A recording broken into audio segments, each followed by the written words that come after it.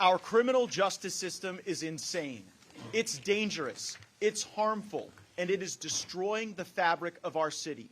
Time and again, our police officers make an arrest, and then the person who is arrested for assault, felonious assault, robberies, and gun possession, they're finding themselves back on the street within days, if not hours, after arrest. Eric Adams, New York mayor. My friends, the reason we are here in New York is because you have Democrats, you have citizens calling for some relief from this pain. And we are here not to use anyone, but to uplift the voices of brave people who are here to tell their story. Ms. Brame, do you feel used in this hearing? Gentleman is recognized. Ms. Brame, do you feel used? Not. Ms. Harrison? I'm a willing participant. Ms. Harrison, do you feel used? Tell you what, let me ask you it this way. Do you feel more used by this committee hearing, or do you feel more used by a criminal justice system that allowed people to kill people that you love and care about with no consequence? The latter, and I'm beyond grateful for the opportunity to testify here on behalf of victims, because the Democrat Party, including Mr. Nadler and everybody here today, has ignored us in this city. And we need federal oversight.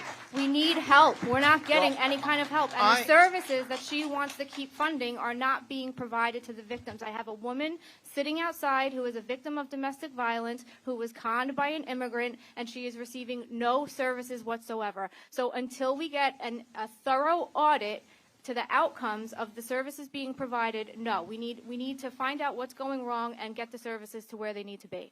I am not here to criticize any New Yorkers, except maybe one, and that's because so many New Yorkers will soon become Florida voters.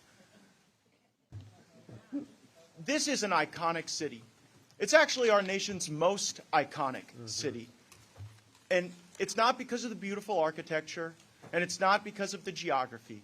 It is because the sense of hustle that is so inherent to the people who come to New York to achieve their dreams. And increasingly, that hustle is being replaced with fear.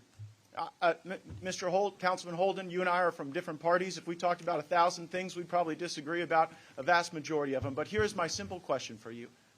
Is fear a rising feature of life in New York, or is fear a declining feature of life in New York?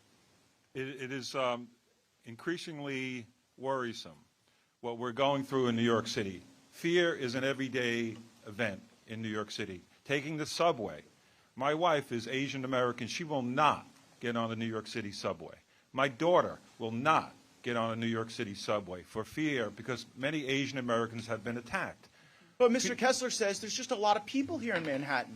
You just have to take it. You just have to understand that this is going to be a violent place. Which I found that insulting. Well, Mr. DiGiacomo, you're here as the voice of law enforcement in many ways. And since the days of Cain and Abel, there has constantly been a violent criminal element as some feature of American society.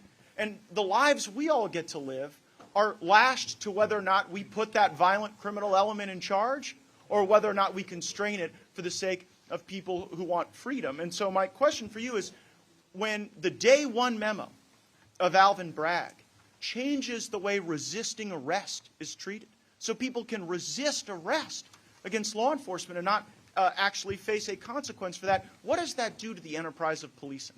Well, it makes the officers and the detectives on the street, their job, that much harder. Everything becomes confrontational or physical, and they put themselves, the police officers and detectives, are in harm's way. Well, now, we don't want to do that, but I have only a moment left, and I have to address this matter of crime rates that my colleagues keep talking about. And to the extent that there is an impact on crime rates in major cities, I would suggest that that is exactly what you get with the Sorosization of the United States justice system. And in places like New Orleans, Louisiana, in places like Tampa, Florida, in Jacksonville, Florida, in Tucson, Arizona, increasingly George Soros is putting in upwards of $40 million to elect 75 DAs to be able to engage in these downgrades. And by the way, not only are they downgrading The violent things, they can't even win the cases they try. Mr. Holden, you pointed out the fact that Alvin Bragg is actually terrible at losing in court, and since I don't have time, I would ask you for the record, since he keeps losing all of his cases, we might opine as to why, and we might seek a better utilization of the federal resources that we provide. Thank you, Mr. Chairman. I yield back.